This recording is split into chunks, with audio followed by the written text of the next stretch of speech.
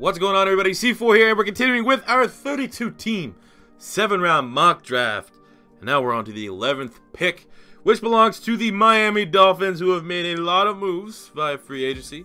And they're going to be trying to reload here in the draft. And by my counting, I have 1, 2, 3, 4, 5 players in their draft that all should see significant snaps as rookies. So if you want to see who I tell them to mock, you definitely want to stay tuned. But before we jump into the mock, you need to first and foremost lay the groundwork. What did they do via free agency to set up our draft board? So looking at what they gained, they made a trade for Robert Quinn, which is a great addition. He was pretty much being underutilized in the 3-4 there for the Rams and coming back as a 4-3 end. As long as he's healthy, he's an upgrade over William Hayes. He's an upgrade. He's debatably an upgrade over Cam Wake. Even though Cam Wake is an ageless wonder, I think a fully healthy Robert Quinn might take that one. But either way, great support for Cam Wake. They brought in Albert Wilson to take over from Jarvis Landry's slot duties. I think they overpaid a little bit, but I think for what he's going to be required to do playing in the slot, it's a nice fit and definitely cheaper than Jarvis Landry. They brought in Danny Amendola, again, another guy that, could fill in that slot role. The only thing is, like, kind of tongue-in-cheek, Danny Amendola, Mr. Playoffs. You kind of have to make the playoffs for Danny Amendola to get on fire. I don't know if the Dolphins have what it takes this season. Then they brought in Josh Sitton, which is an excellent addition to that offensive line. Graded out very well from Pro Football Focus and is an instant upgrade at the right guard spot. Looking at the losses, they lost Jarvis Landry. They franchise tagged him. Clearly, people asking me in the stream and on Twitter, why are they paying him that kind of money? I said, they're going to trade him, just wait. Ended up trading him with the Browns. It's a loss for sure. He's definitely the best wide receiver that was on that team, but he clearly is, reached the ceiling of a slot wide receiver. He just wants to get paid a lot more, so I don't blame them there. They cut Dubuque and Sue. That's when I kind of don't understand why you'd get rid of him. You don't have a clear replacement in line, and yes, his contract's pretty audacious, but say you draft well, then you get rid of him next year. Like, it's why I constantly compare Adam Gase to Chip Kelly. He's trying to build his culture, and he's getting rid of players when he doesn't have a clear immediate back. Like, Jordan Phillips is not going to take over for Dominican Sue. Even Devon Gochow, who's pretty good as a rookie at LSU, he's probably not taking over for Dominican Sue. So when you don't have a clear replacement, you move on from one just because they don't fit your culture. That's Chip Kelly to a T. Chip Kelly did that with Deshaun Jackson, LaShawn McCoy, Evan Mathis. It is very, very frustrating. So Adam Gase is Chip Kelly 2.0 in my opinion. You may catch some Chip Kelly or Adam Gase rebuilds coming soon. They also lost Julius Thomas. I mean, that was a good move there. And they got rid of Mike Pouncey. I think, Mike Pouncey's getting paid so much and he's really struggling to stay healthy. So, I mean, personally, again, do they have a center that could take over for him? No. Probably would have been better having him on the roster. Yeah. But I understand why you would get rid of him because his injury history. But ultimately, they did all right. I think they did all right balancing this out for losses and gains. Now, let's drop into the mock draft. So in the first round, pick number 11, I was selecting defensive tackle Daron Payne from Alabama. I kind of was talking to my Dolphins buddy, and he kind of said, yeah, this might be the better pick, the better option. He kind of wants Baker Mayfield, but I don't think Baker Mayfield's going to fall this far. So Daron Payne, again, you move on from Ndamukong Suh, get what could be the best defensive tackle for your scheme. I think Vita Vea is the best D tackle in the class, but he's more of a nose tackle. So when you're in that 4-3, I think Daron Payne is going to be your guy from Alabama. As talented as, say, Jonathan Allen was last year, who went to the Washington Redskins, maybe even better of definitely better of an athlete. So I think Daron Payne looked very, very good at the scouting combine, tested well, probably did as good in the drills, probably was the best defensive lineman during the drills. And, even though his production isn't classic Alabama, it's Bama defense. He's an absolute playmaker. You don't need to worry about it. And he's definitely a top 20 pick and a great fit and a need for the Miami Dolphins. Going to the second round, pick 42. Oh, yeah, and for Daron Payne, defense, he's got to start. He's got to be either D tackle 1, D tackle 2. So there's one starter. Second round, pick 42, I was selecting tight end Mike Gesicki from Penn State. Now with no Julius Thomas and no real clear tight end on the roster, like right now, according to our lads, their starting tight end is Marquise Gray or AJ Derby. A guy like Mike Gesicki who absolutely dominated the combine. Pretty much looks like a more athletic Zach Ertz. It's an absolute home run pick. If Ryan Tannehill is going to be your quarterback, they're going to try to salvage. And I personally don't think he's the option there. I think I'd move on once you can get a suitable replacement. If you want to try to make everything work, go get a legitimate receiving tight end. Julius Thomas definitely has failed expectations. Everyone kind of knew he was a product of Peyton Manning there in Denver.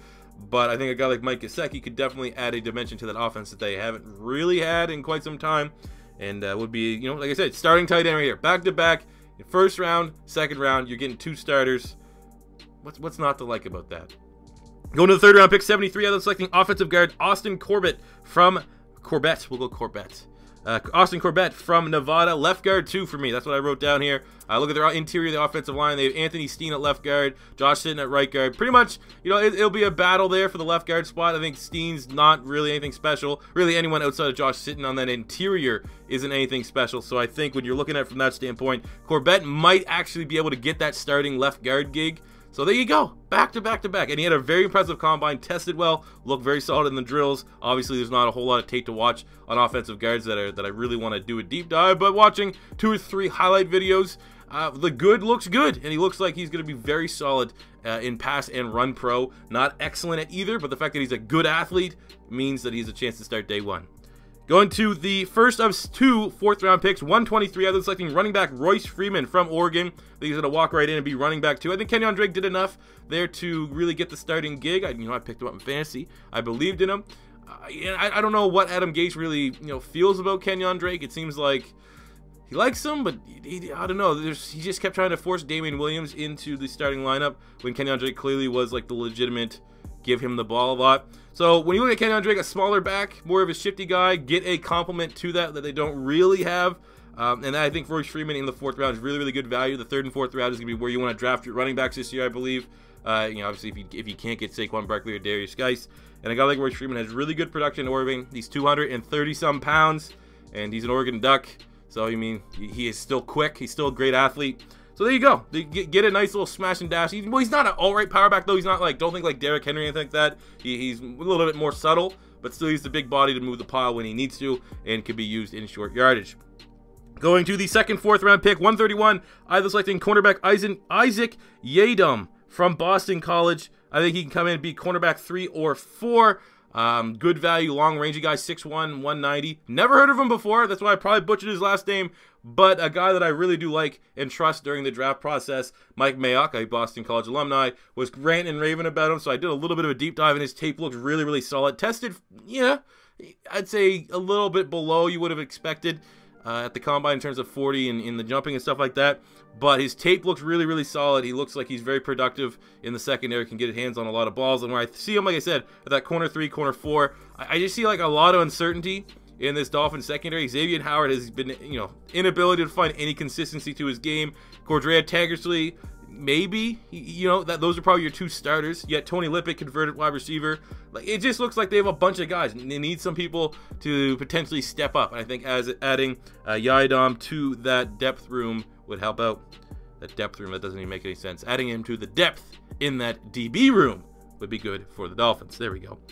Moving on to the 6th round pick, 190. I'm selecting the best kicker in the draft. Kicker Daniel Carlson from Auburn, kicker 1. They currently don't have a kicker on roster after they lost Cody Parkey, who I still appreciate what he did for me here up in Philly.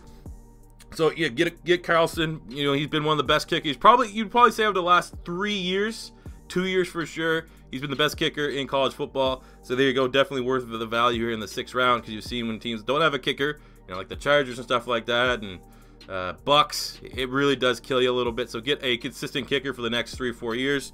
Moving to the 7th round, they have 2 7th round picks. First up at 223, either selecting safety Cole Reyes from North Dakota, small school prospect, strong safety depth behind Rashad Jones. I just feel like with the way you kind of see Adam Gase running the team, these big contract players aren't going to have a big shelf life. It's exactly like I said. If he's Chip Kelly mini, I would say Rashad Jones could be, they already asked him to take a pay cut. Well, not a pay cut, but restructure his deal to free up cap space. That's, when Chip Kelly did that, you were on thin ice. So I think looking at value here, I think NFL Network has him as a projected 3rd to 4th round pick. I think he'll slip a little bit because of the small school prospect. But from the one video I watched, I was pretty impressed. I pressed enough that I was going to throw him here in the 7th round for a team that needed safety depth. And he looks really, really productive. I mean, the level of competition is a little wonky.